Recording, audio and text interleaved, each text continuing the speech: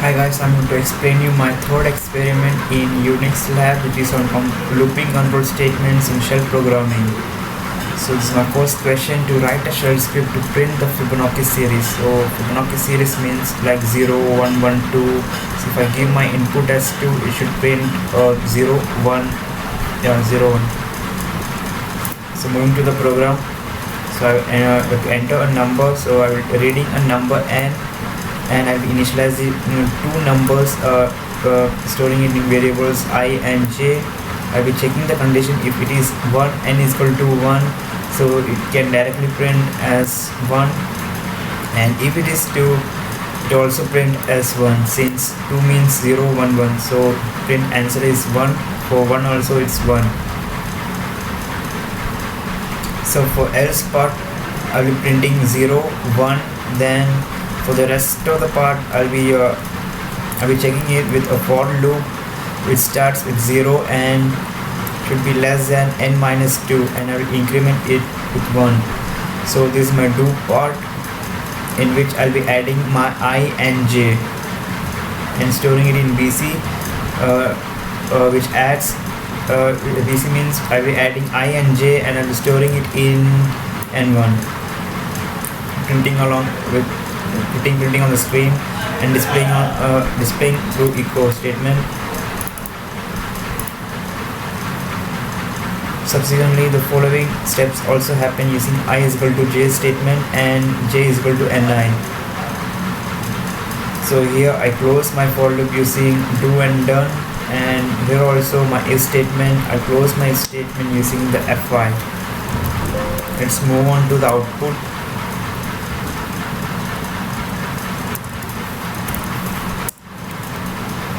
So give my input as 4. So this is my output 0, 1, 1, 2. So now moving to the next question.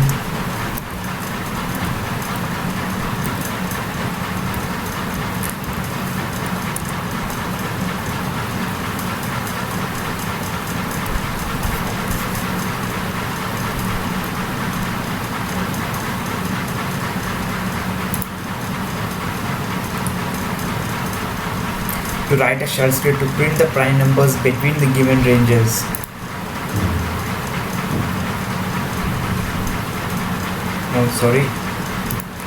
Write a shell script to find the sum of following series.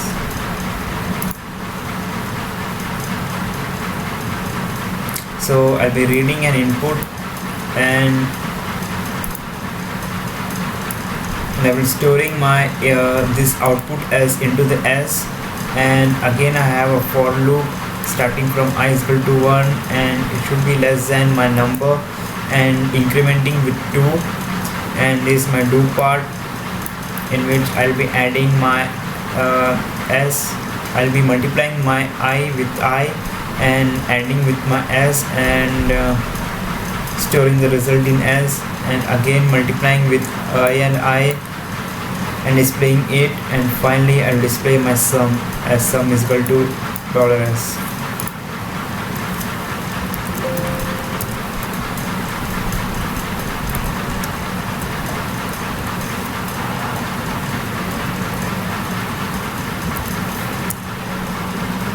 So I enter my odd number as 3, so it shows my sum is 10.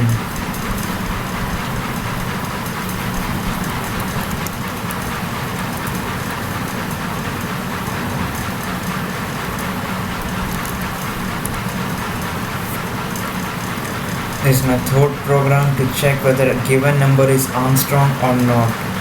So I will check, I will take an input number as n and storing this n in m. So I have two loops here.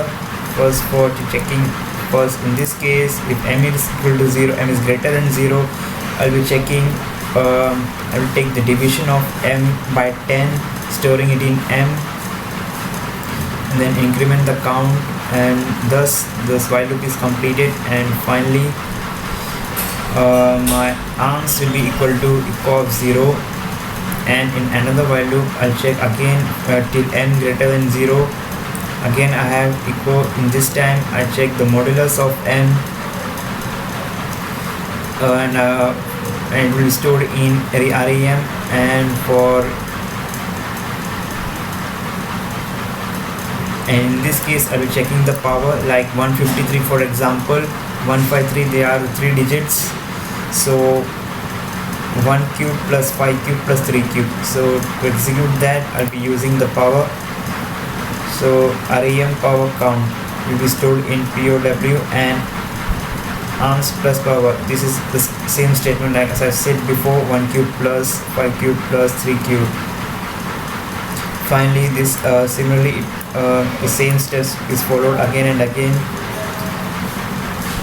So if my arms is equal to my previous number, it shows that it is an Armstrong number, else it is not an Armstrong number.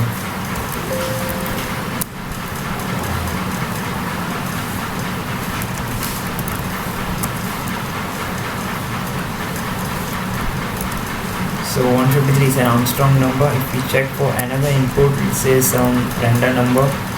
So it says it is not an Armstrong number. Going to the next program.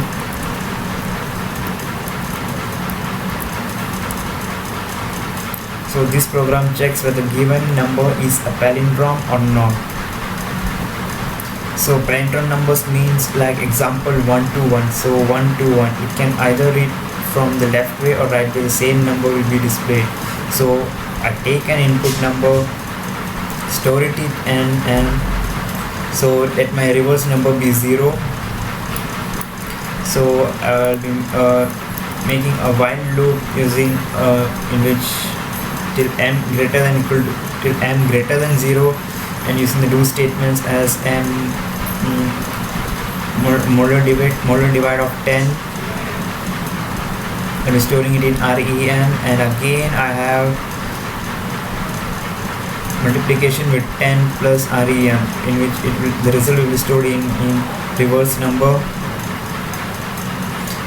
and the previous m will be modified with 10, the division of 10, and finally I'll be checking my n. If n is equal to my this previous RAM, it says that it is a palindrome number, else it is not a palindrome number.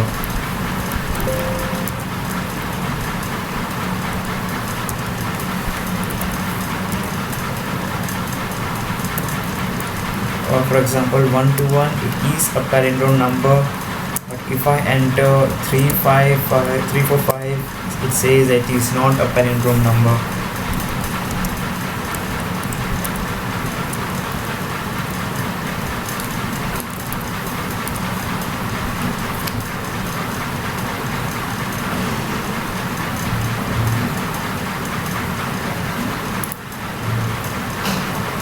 So now moving to the fifth question, to write a shell script to print the prime numbers between the given ranges. So I will be displaying two prime numbers, for example 2 and say some 11. So the prime numbers between those two numbers are 2, 5, 2, 3, 5, 7 and 11. So it should print those respective numbers. So I'll be taking two input numbers, and number 1 and number 2, and I will be initializing my count variable as 0.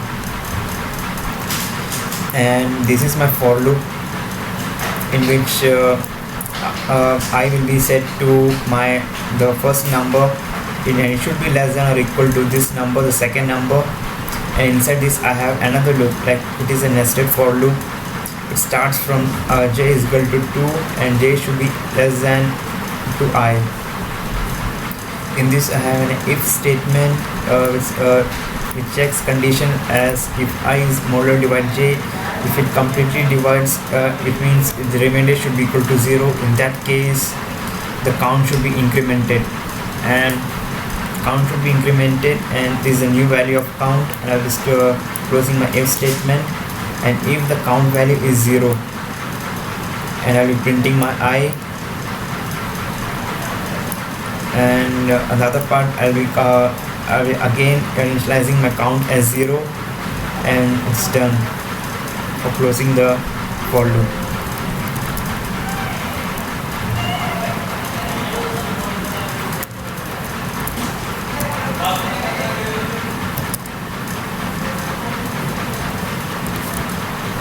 This is the required output, that is the prime numbers between 2 and 17 are 2, 3, 4 or 2, 17.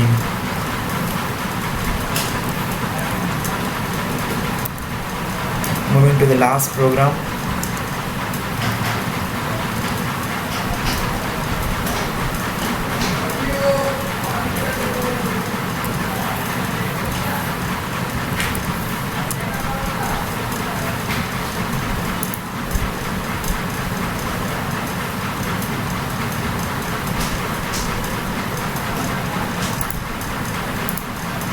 To write a shell script to sort elements of an array ascending and descending.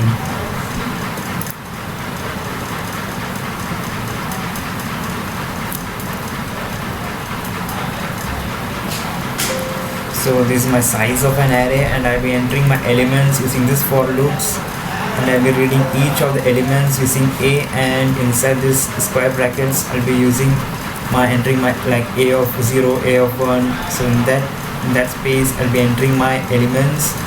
So this is my for loop for ascending order, and this is my for loop for descending order. So in this case I have two nested for loops, and for descending also I also have the same thing. So here I have an if statement.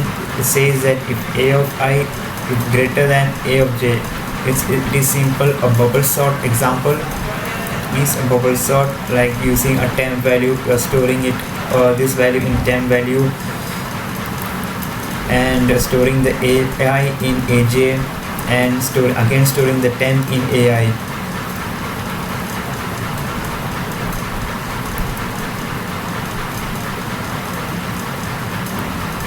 Finally, for descending order, the same process is followed.